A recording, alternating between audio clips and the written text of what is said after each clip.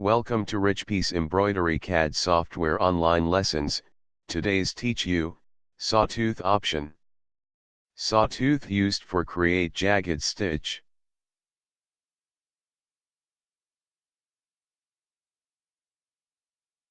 After make a embroidery object you can apply Sawtooth from object property, then go to effect window and click on Sawtooth to apply. It is mainly used for shadow effect. Also you have to adjust grade and range for customize stitch length and roughness.